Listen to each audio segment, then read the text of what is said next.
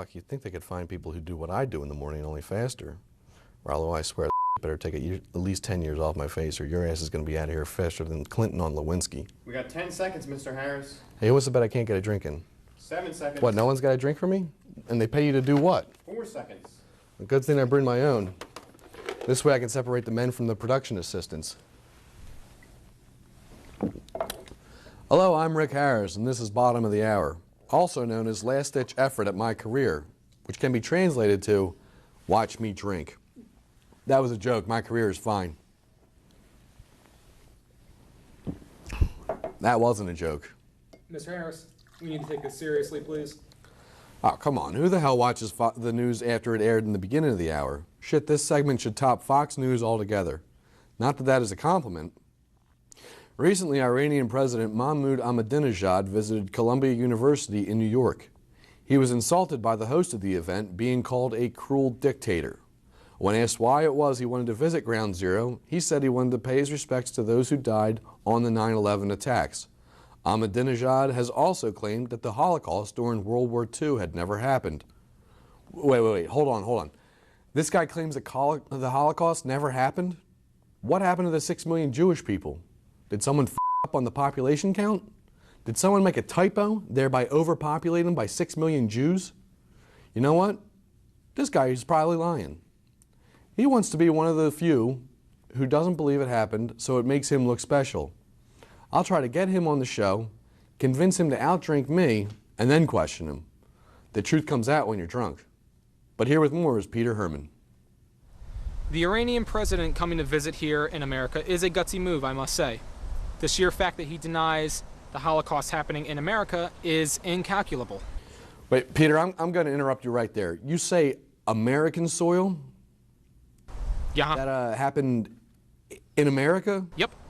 I am referring to the enslavement of all black people in the 1800s. Peter, the Holocaust was the extermination of 6 million Jewish people during World War II, and that happened in Europe. More specifically, not America. I'm sorry, let me focus my complete attention on this one. Peter, where did you learn your history? Wikipedia. And where do you get your news? Fox. And your full name is? Peter Herman. I believe all that is said is all that needs to be said. Peter, how about we move to what you have going on? What do Monco students think of the Iranian president visiting New York City? I went around questioning some of them to find real opinions on something real. Go Phillies. Okay, do you follow the news at all? A little bit. Are you aware of the Iranian president visiting New York City? I heard something about that, but not too much. Okay. Could you tell us, the viewers of CAPG, why he would visit New York City? Apparently it deals with the attacks on 9/11. Are you familiar with those attacks? Of course. Okay. Why would he visit New York City when the attacks happened in the towers in Los Angeles? I'm not too certain why he would. Mic down. Why would he go to New York City if he's paying his respects for 9/11 if they happen in Los Angeles? Attacks didn't happen in Los Angeles. Where did they happen? New York City, Washington, and Pennsylvania. I mean, there was another 9/11. I was wondering if you knew that when 9/11 happened, there were hundreds of Iranians who held a candlelight vigil out of respect. Mm-hmm. Now, out of some weird chance, if something such as a cinder block fell on my head, striking me to the ground, would you hold a candlelight vigil in my honor? Yeah. Thank you.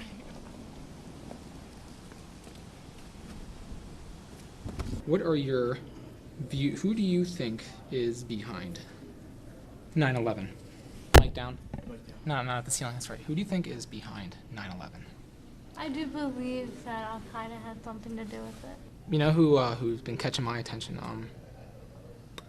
When it comes to world politics, I think Australia is a little under the radar. Do you believe that many Australians, like I think he's Australian. You think that Australians could actually be behind the attacks on 9/11? How about Alaska? You know, Alaska, it's not even a part of the United States. They're They're like Canada's backdoor, and Canada's like our backdoor.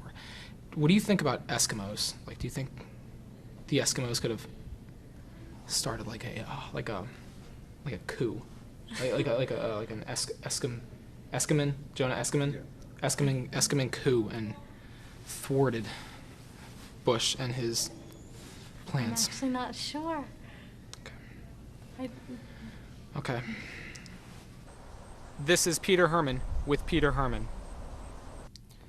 And that was Peter Herman with Peter Herman. I'm starting to wonder if he drinks more than I do, or if he used to play tackle football with a brick wall when he was a child. Well, one of those questions can be answered. And now on to RC with his weekly package of wrestling shenanigans.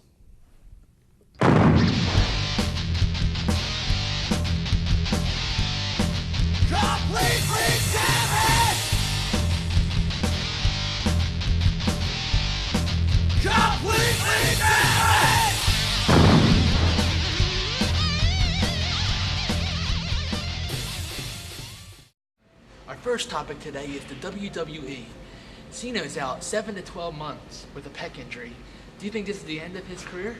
I don't think it's the end of his career. I think his career is going to stall a little bit. Usually, if you look at Austin, when he went after his neck injury, he was out for a while. He came back. He wasn't the way he was back then. The popularity kind of sank, and the rap became bigger. And when the rap became bigger, I just believe that just overcame Austin. Just wasn't the way he was.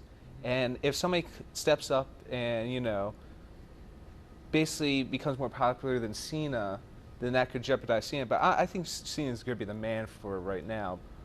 But the man at this moment is Randy Orton, the new WWE champion. What do you think of him? Personally, I think he had too many opportunities. He was already the champ, you know, he had a lot of backstage problems, you know, with his dad, you know, getting in fist fights backstage, and a lot of things we didn't really hear about on the TV side of things.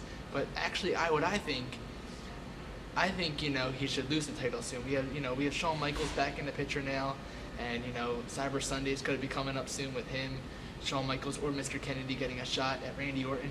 And honestly, I'm going to have to go on a limb, but I think it should either be Mr. Kennedy, who's a young rising star, and I think he's ready to carry the ball, or it could be Jeff Hardy, the charismatic enigma. Another great company. Some of you might have heard it, some of you not so much, but this is a company you really should look into. It's called Ring of Honor, and this is a description that you gave to me recently. It's a company based on work rate and has a roster full of loyal, amazing workers who often go above and beyond the normal independent Call of Duty. RH has a cult-like following and relies on the purchase of pay-per-views, DVDs, and ticket sales. A great show, always packed. Definitely, it is always packed. Yes. You know, we had guys like Kenta Kobashi from Japan, the Great Muda, Spanky. Yeah. There's so many superstars and that just came out that just went on to, you know, other places. But Montel Vontavious Porter, MVP in WWE, AJ Styles, Christopher Daniels, Samoa Joe, CM Punk, the current ECW champion, Paul London, Spanky, as you mentioned. There's so many, you know. I look down the list and there's just so many alumni from there, and there's so many great wrestlers still there. There is. Now, if you want to catch Ring of Honor, you know, face to face, November 2nd at the National Guard Armory, right off the Roosevelt Boulevard in Northeast Philadelphia, you will see great matches, always top to bottom. The card is outstanding. You got Bryan Danielson, former champ, against Austin Aries, a former champ. Wow. That match in itself is worth the money that you pay for the show.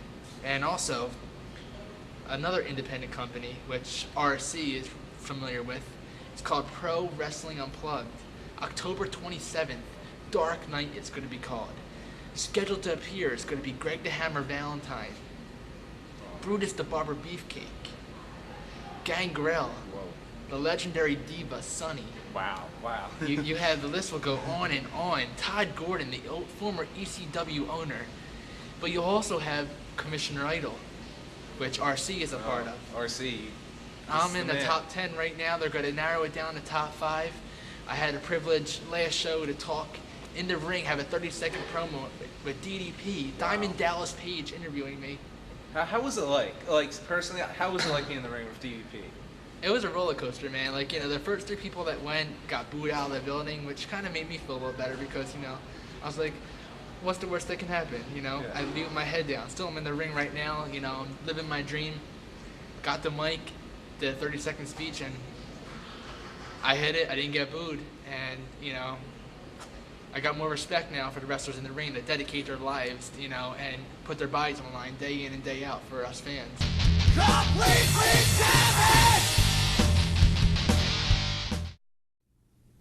Thank you, RC. Nothing like seeing a video not involving Peter Herman or my ex-wife's adventures with the pool boy. Hi-oh. Really. I don't know why that's even funny. Well, I guess the funny part is the pool boy getting grounded by his mother, and my ex-wife is now in jail.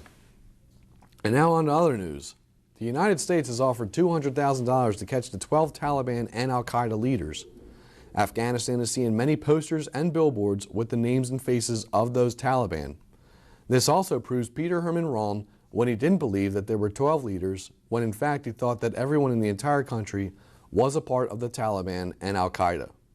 What's more is he believed they all gather in a convention center once a week to talk about their successes. Well, that's all there is for Bottom of the Hour. If I'm not in rehab by this time next week, then it's been a good week.